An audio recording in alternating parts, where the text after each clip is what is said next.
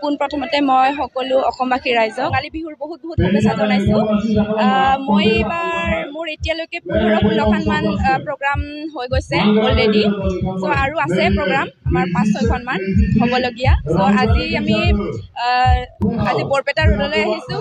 চ' ৰাইজৰ সহযোগ আশা কৰিছোঁ, ৰাইজে কি পায় নাজানো। চ' ভাল কৰিম বুলি আশা কৰিছোঁ। মোৰ জনপ্ৰিয় গীত বুলি ক'লেতো বহুত আছে। মোৰ নিজৰে এইবাৰ ৰিলিজ হোৱা মুক্তি পোৱা এটি মোৰ খুব জনপ্ৰিয় হৈছে সেই গীতটোৱে অকণমান গুণগুণাই দিছোঁ।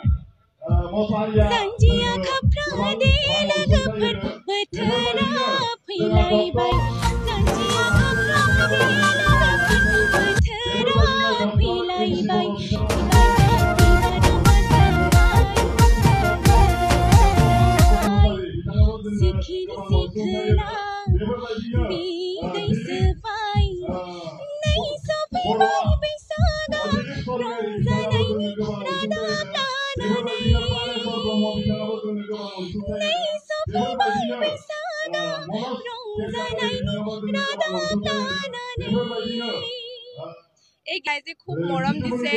এতিয়া আমাৰ চাগে গীতটি আমাৰ বহাগৰ ওচৰতহে মানে ৰিলিজ দিয়া হৈছে।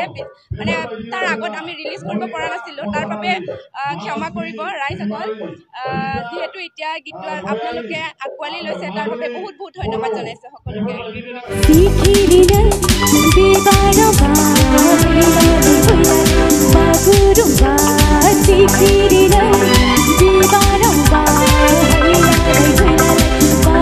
অসমীয়া সংগীত জগতৰ আটাইতকৈ জনপ্ৰিয় বুলি ক'বলৈ গ'লে আমাৰ প্ৰিয়ংকা ভৰালী বাইদেউক ভাল লাগে, আৰু সুবাসনা দত্ত বা আৰু নীলাক্ষী নেওগ, তেওঁলোকৰ গীত বহুত ভাল লাগে। হয়। এটি তেওঁৰ বিহু গীত এটি গাই দিছোঁ প্ৰিয়ংকা বাৰ। মৰম লগাই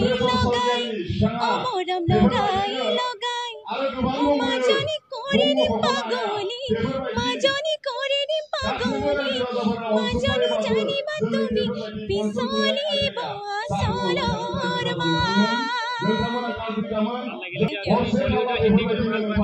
হয়, হিন্দী গীত ভাল পাওঁ।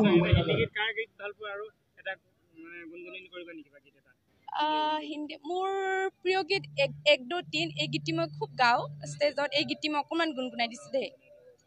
1 2 3 4 5 6 7 8 9 10 11 12 13 1 2 3 4 5 6 7 8 9 10 11 12 13